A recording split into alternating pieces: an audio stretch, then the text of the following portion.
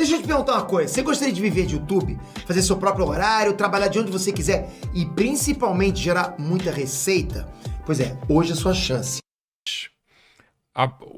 Os primeiros a aplicar o exame criminológico são funcionários da própria penitenciária, assistente social, um psicólogo que tem no quadro da Secretaria de Administração Penitenciária. Eles dizem, olha, ela está super arrependida, não vai fazer mais nada. Só que quando a juíza nomeia uma perita de fora para avaliar a Suzane, aí eles descobrem que ela não é arrependida. O Daniel, ele demonstrou arrependimento imediatamente. Você sabe que o Daniel, quando ele mata o Manfred, logo depois que ele executa as pauladas, ele já se arrepende, ele se ajoelha, começa a fazer carinho na cabeça do Manfred e fica falando de forma repetida: meu Deus do céu, me perdoe, eu não queria fazer isso, e fica extremamente abalado. Na reconstituição do crime, o Daniel também, ele tem uma síncope lá que quase ele não consegue nem ficar de pé, ele chora, ele enxerga lá o policial que representa o Manfred, ele fica totalmente desestabilizado emocionalmente, a Suzane não. A Suzane, ela fica fria o tempo todo, a Suzane, ela... Quando eles descem, que eles executam os pais dela no andar de cima e ela fica embaixo, quando eles descem, ela pergunta se já acabou. Quando o policial conta pra Suzane e que os pais dela estão mortos, ela pergunta, e aí, a gente vai fazer, o que a gente tem que fazer? Quais providências a gente tem que tomar? Ela não se abala a momento algum. A delegada Cíntia Tucunduva, que conduziu as investigações, que obteve a confissão da Suzane, disse que nunca viu uma lágrima da Suzane. Nem quando ela confessou, nem quando ela estava sob pressão, nem quando... A única vez que vira a Suzane chorando foi no enterro dos pais, que é uma foto, inclusive, que viralizou. Que ela tá com a barriga de fora, tá... Mas aí, por exemplo, daquela cena, ela chorando, ela vai pra uma festa. Ela enterra o pai de manhã. A Suzane é assim, ó. Ela matou os pais numa quinta, na madrugada de quinta. E vai pro motel, imediatamente. Vai pro motel. Aí ela enterra os pais no sábado de manhã e no sábado à tarde ela faz o aniversário de 19 anos, faz um churrasco. Onde? Na mansão. Caramba. Com o Daniel, com o Christian, com o irmão. Durante esse churrasco, a delegada bate com uma equipe de investigadores na porta da casa dela para recolher provas. Ela atende a delegada vestindo um biquíni, com um cigarro numa mão e uma lata de cerveja na outra, e conduz os investigadores pela casa como se estivesse apresentando, como se fosse uma guia de turismo. Olha, essa aqui é a casa onde tudo aconteceu. Aí ela levou lá no quarto, olha, aqui é uma cena de crime. Olha, tem sangue ali no teto, mas eu mandei limpar. É uma coisa assim muito... É assustador. A Suzane, ela é de uma frieza que os psicólogos ficam boquiabertos. Isso pode ser considerado uma psicopatia, uma sociopatia, sei lá. Eu vi e revi todos os laudos psiquiátricos dela e os feitos por psicólogos. Não tem um que diga que ela é psicopata. Tem um psicólogo, o Guido Palomba, que fala que ele é psiquiatra. O Guido Palomba, ele é super respeitado, inclusive, fala que ela é psiquiatra.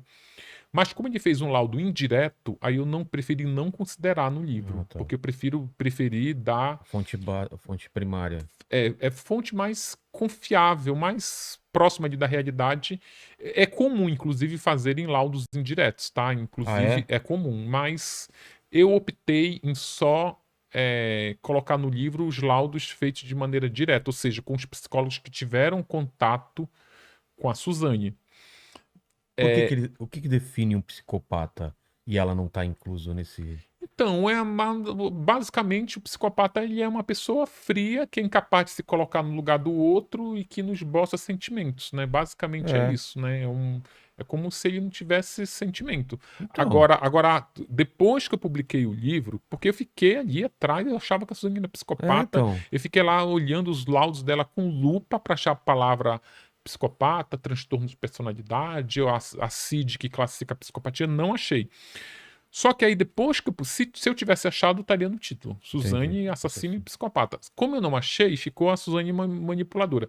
Depois que eu publiquei o livro, muitos psicólogos forenses me procuraram e disseram, Ulisses, olha, sabe por que a Suzane não tem atestado de psicopatia? Porque ela tem um grau de manipulação e de sedução tão elevado que ela seduz e manipula até o avaliador. Caramba. Inclusive, depois eu até me toquei. Inclusive, uma delas me falou, inclusive, tu descreve isso na abertura do livro. Como o livro não é cronológico, a primeira parte do livro, no capítulo 1, logo de cara, aqui, eu descrevo a Suzane sendo avaliada por um perito, aplicando o teste de Rorschach. É a primeira avaliação dela no teste de Rorschach.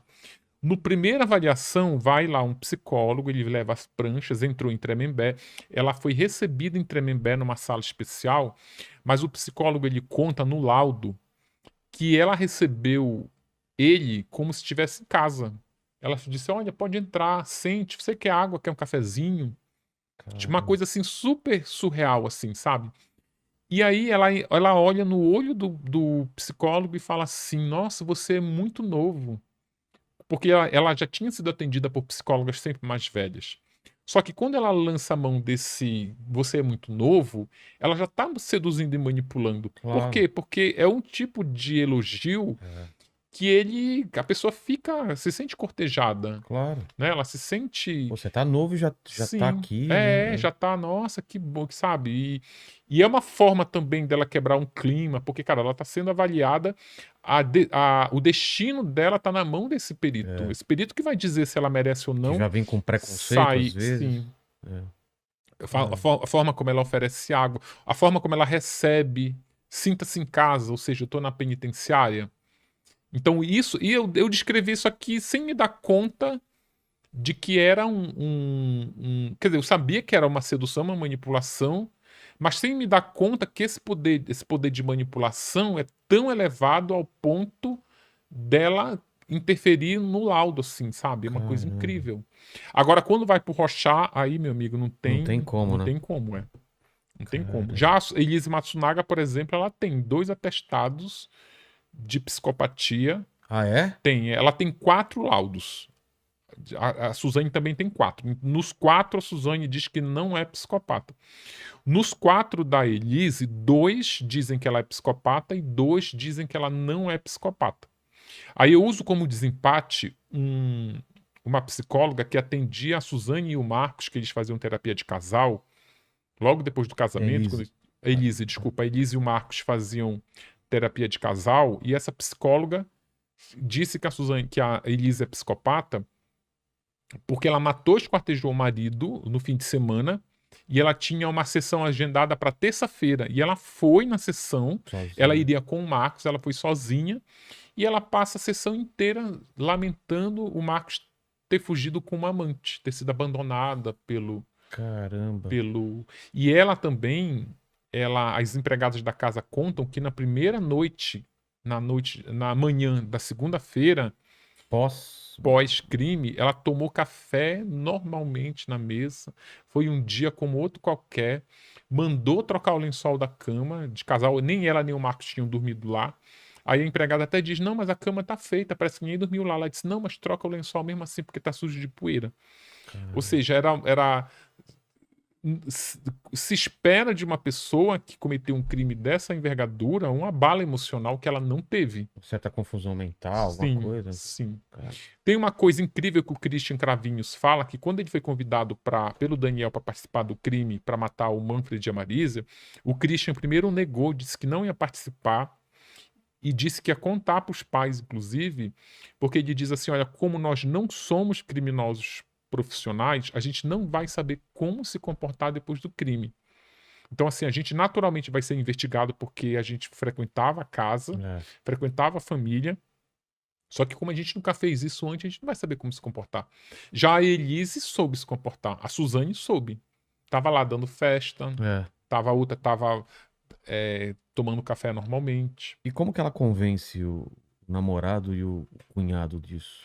Aí tem um jogo de manipulação. A ideia de matar os pais é dos dois. Ah, é? É dos dois. De grana.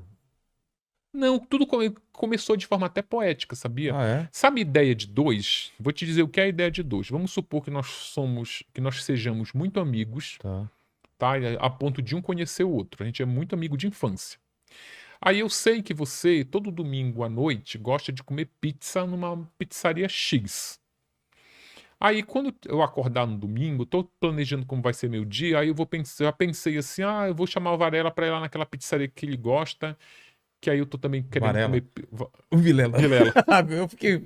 Varela. Eu até demorei. Falei, que Varela? Ah, tá, sou eu. Mas eu tava pensando em algum Varela. Tá. No Drauzio. No Drauzio Do Varela. Drauzio olha Varela. só. É. Não tinha um fotógrafo que trabalhou comigo, que era se chamar Varela. Aí, vou chamar o Vilela pra ir na pizzaria. Tá. Beleza, planejei que eu vou te ligar depois do almoço. Só que aí, você me liga, Ulisses, vamos lá naquela pizzaria?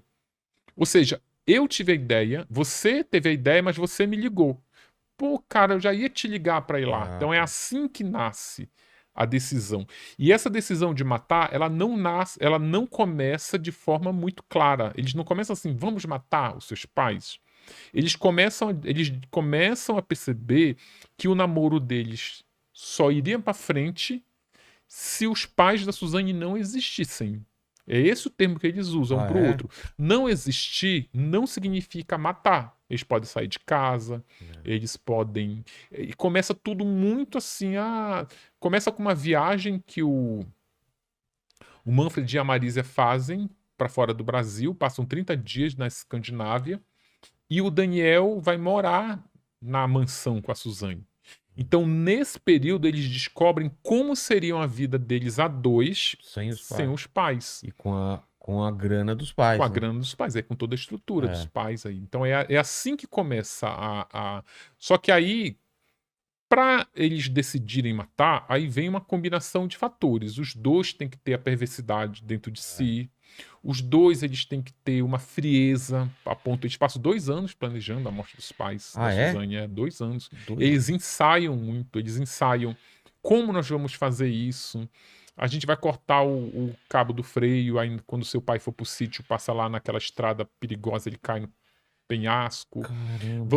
Quando seus pais estiverem no sítio, a gente vai lá à noite, toca fogo com eles lá dentro. Meu Deus. Eles colocam, aí eles vão vendo o que é mais difícil. Não, então vamos dar um tiro.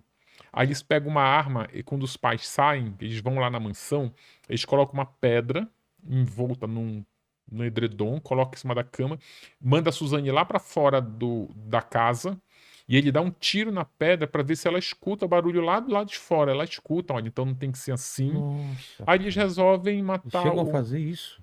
Chegou a fazer isso. Aí como se dá o jogo de manipulação que, na minha opinião, a Suzane sempre esteve no comando. Apesar de que, às vezes, ela deixava o Daniel pensar que estava No comando. no comando.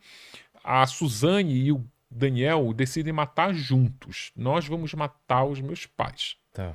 Só que aí, a Suzane, ela nunca teve afeto da mãe, dos pais. Nunca. Ela foi criada de maneira distante, de maneira fria. Ela e o irmão também? Ela e o irmão, por uma cultura alemã, que o pai era alemão e a mãe entrou ali naquela onda e a casa era muito escura, eles não se abraçavam, eles não se beijavam, era uma coisa bem distante. Nada disso justifica, é bom deixar claro, Claro, mas isso claro. ajuda a gente a entender por que o crime aconteceu.